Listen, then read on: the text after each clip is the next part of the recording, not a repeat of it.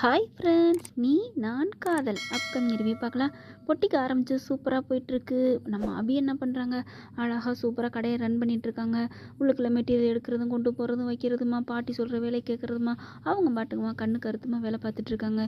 இதெல்லாம் பார்க்குற ராகவ், என்ன இவ வந்தமா கடையை வச்சோமான்னு கடையை பற்றியே யோசிச்சுட்ருக்காளே, நான் என்ன கடை வைக்கிறக்காக இவளை கொண்டு வந்து கஷ்டப்பட்டு இங்கே அவளை சம்மதிக்க வச்சுருக்கேன். இவன் இங்கே வரப்போ இருந்தால் தான் எப்படியாவது மனசை மாற்றி தொடர்புலே இருக்கணும். அப்போ தானே நம்ம தம்பிக்கும் அவள் அக்காவுக்கும் கல்யாணம் நடக்கும் அப்படின்னு தான் நம்ம நினச்சோம். இவன் என்ன எதுவுமே கண்டுக்காமல் இப்போ அவள் பாட்டுக்கு வேலையாக முக்கியமாக கண்ணும் கருத்துமாக இருக்காளே அப்படின்னு நினச்சிட்டு இருக்காங்க. அங்கே வீட்டில் பார்த்தீங்கன்னா அபியை எப்போ பாருங்க டீஸ் பண்ணிகிட்டே இருக்கிறாங்க ஆகாஷ் அம்மா. என்னடி இதை பண்ணுற அதை பண்ணுற, இது சரியில்லை அது சரியில்லை, நின்னா குத்தம் உட்காந்தா குத்தங்கிற மாதிரி நொய்யின்னு அபியை போட்டு டார்ச்சர் பண்ணிகிட்டே இருக்காங்க. அபி நினைக்கிறாங்க, என்ன இவங்க மட்டும் நம்ம என்ன பண்ணோம், ஆரம்பத்துலேருந்து இப்படி போட்டு நம்மளை படுத்தி எடுக்கிறாங்க. வீட்டில் இருக்க எல்லாருமே நம்ம மேலே அன்பாக இருக்காங்க, ஆனால் இவங்க மட்டும்தான் என்னன்னே தெரில இப்படி படுத்தி எடுக்கிறாங்களே அப்படின்னு நொந்துக்கிறாங்க. அடுத்து பார்த்தீங்கன்னா ராகவ் வந்து அபியை போய் பார்க்குறாங்க. ராகவ் எப்படியாவது அபிகிட்ட பேசி, நீ பாட்டுக்கு இதிலே இருக்கிறியே அப்படின்னு நல்ல விவரமாக எடுத்து சொல்லணும், சீக்கிரமாக அக்காவுக்கும் தம்பிக்கும் கல்யாணத்தை நடக்கணும் அப்படிங்கிறக்காண்டி அபி நில்லே ஒரு நிமிஷம் அப்படின்னு சொல்லி கூப்பிட பார்க்குறாங்க. ஆனால் இவங்க என்ன பண்ணுறாங்க, காஃபி கொண்டுக்கிட்டு போயிட்டே இருக்கிறாங்க. அபி நில்லு, உன்ட்ட ஒரு விஷயம் பேசணும். இல்லை எனக்கு வேலை இருக்குது, நான் உங்ககிட்ட பேசலாம் நேரம் இல்லை அப்படின்னு என்ன பண்ணுறாங்க, போயிட்டே இருக்காங்க. போயிட்டு இருக்கவங்க என்ன பண்ணுறாங்க, தாவணி அப்படியே இழுத்துருது.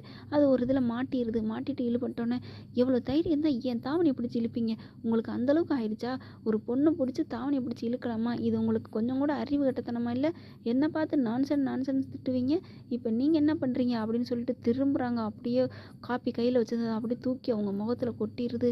அப்படியே அதிர்ச்சி ஆயிடுறாங்க. பார்த்தா அந்த தாவணி வேறு ஆணியில் வருதில் தான் பட்டிருக்கு. ஐயோ இவர் இழுக்கலையா, இவர் இழுத்தாரில் நம்ம தப்பாக நினச்சிக்கிட்டோம், இப்போ காப்பி வேறு அவர் முகத்தில் கொட்டிருச்சே, என்ன பண்ணுறதுன்னு தெரியலையே அப்படின்னு சொல்லி பதட்டப்பட்டுறாங்க.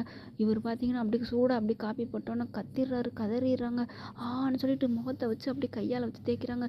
டக்குன்னு ஓடி போய் தண்ணி அள்ளி முகத்தில் ஊற்றுறாங்க. எல்லாரும் ராகவ் என்னப்பா எப்படி சத்தம் கேட்குதே, ராகவ் குரல் கேட்குதுன்னு எல்லாரும் ஓடி வந்து என்னப்பாச்சு அப்படின்னு கேட்குறாங்க.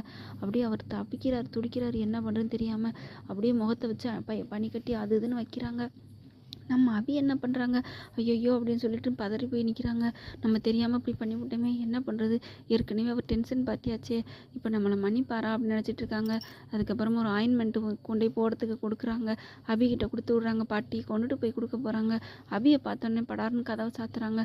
உன் முகத்திலே நான் முழிக்க விரும்பலை அப்படிங்கிற மாதிரி அபி அப்படியே வேகமாக வெளில வந்துடுறாங்க. பயத்தில் அப்போதைக்கு வெளியில் வந்துடுறாங்க. ஆனாலும் அவங்களால இருக்க முடியல. பாவம், அவர் நல்லவராக இருக்கார், நம்ம தான் அவரை தப்பாக புரிஞ்சுட்டு எப்போ பாரு அவரோட தப்பாகவே பேசிகிட்டு இருக்கோமே, சண்டை போட்டோமே அப்படின்னு நினைக்கிறாங்க. அதுக்கப்புறமா மெல்ல கதவை திறந்துட்டு உள்ளுக்க போகிறாங்க. அப்படியே என்ன பண்ணுறாங்க, ராகவ் அபியை பார்த்து செம்மையாக கோவத்தோடு எந்திரிக்கிறாங்க. நான் ஒன்றும் செய்யலை இங்கே உட்காருங்க அப்படிங்கிறாங்க. அதுக்கப்புறம் அவங்க ராகவ் முகத்தை பார்க்குறாங்க. அபி அவங்களுக்கே பாவமாக இருக்குது, அங்கங்கே சிவப்பாக இருக்குது, முகம் பூரா அப்படியே வெந்து போயிருக்கு. அதை பார்த்து ரொம்பவே பரிதாபப்பட்டு இறக்கப்படுறாங்க. ராகவ பார்த்து அபி கேட்குறாங்க, மன்னிச்சுக்கோங்க, தெரியாமல் பட்டுருச்சு, சாரிங்க, என்னை மன்னிச்சிடுங்க, என்னை மன்னிக்க மாட்டீங்களா, நான் பாவம் தானே, நான் சின்ன பிள்ளை மாதிரி ஏதோ பண்ணிட்டேன், நான் வேணும்லாம் பண்ணலை அப்படி இப்படின்னு சொல்லிட்டு அப்படியே அழுகுறாங்க.